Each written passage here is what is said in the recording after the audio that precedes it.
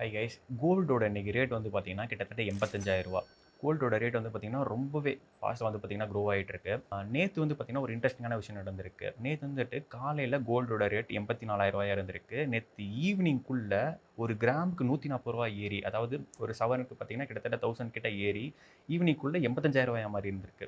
ஒரு நாளில் இவ்வளோ இன்க்ரீஸ் ஆகிருக்கு. யோசிச்சு பாருங்க, நீங்கள் காலையில் கோல்டு வாங்கலாம்னு நினச்சிருந்துருப்பீங்கன்னு வைங்களேன். காலையில் சரி ஓகே 84,000 இருந்திருக்கு அப்படின்னு சொல்லிட்டு பார்த்துட்டு, சரி டயர்டாக இருக்குது ஈவினிங் வாங்கிக்கலாம்னு சொல்லிட்டு போய் பார்க்குறப்ப 85,000 இருந்திருக்கும். ரொம்பவே ஷாக்கிங்காக இருந்திருக்கும்ல. ஸோ இந்த மாதிரி கிரேசியான விஷயங்கள் கோல்டை சுற்றி நடந்துட்டு இருக்கு. ஸோ ஏன் கோல்டு இவ்வளோ வேகமாக வளர்ந்துட்டு இருக்குன்னு சொல்லிட்டு நம்ம சிம்பிளாக அந்த வீடியோவில் பார்க்க போகிறோம். ஓகேங்களா? ஃபர்ஸ்ட் வந்து கொஞ்சம் பின்னாடியிலேருந்து வருவோம். 1964 கோல்டோட ரேட் வந்து பார்த்தீங்கன்னா கிட்டத்தட்ட 64 ரூபா தான். 1970 500 தொட்டிருக்கு, 1980 1000 தொட்டிருக்கு, 1990 3500 அந்த ரேஞ்சில் இருந்திருக்கு. 2000 இயரில் வந்து பார்த்தீங்கன்னா 4500 தொட்டிருக்கு.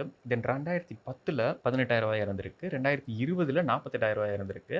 தென் 2023 65,000, 2024 75,000, 2025 85,000 கொடூரமாக வளர்ந்துட்டு இருக்கு கோல்டோட ரேட்டு. ஸோ இதுக்கு பின்னாடி இருக்க ரீசன் என்னன்னு பார்த்தீங்கன்னா, கோல்டு ஒரு சேஃபான அசெட். ஓகேங்களா? இப்போ குளோபலாக வந்து பார்த்தீங்கன்னா நிறைய இஷ்யூஸ் போய்கிட்டு இருக்கு. மணியோட வேல்யூ, கரன்சியோட வேல்யூ ரொம்பவே அடி வாங்கிட்டு இருக்கு. இன்ஃப்ளேஷன்ற மாதிரி விஷயனால, இந்த சாங்ஷன்ஸ் எவ்வளோ எக்கச்சக்கமான விஷயம்ஸ் போயிட்டு இருக்கு.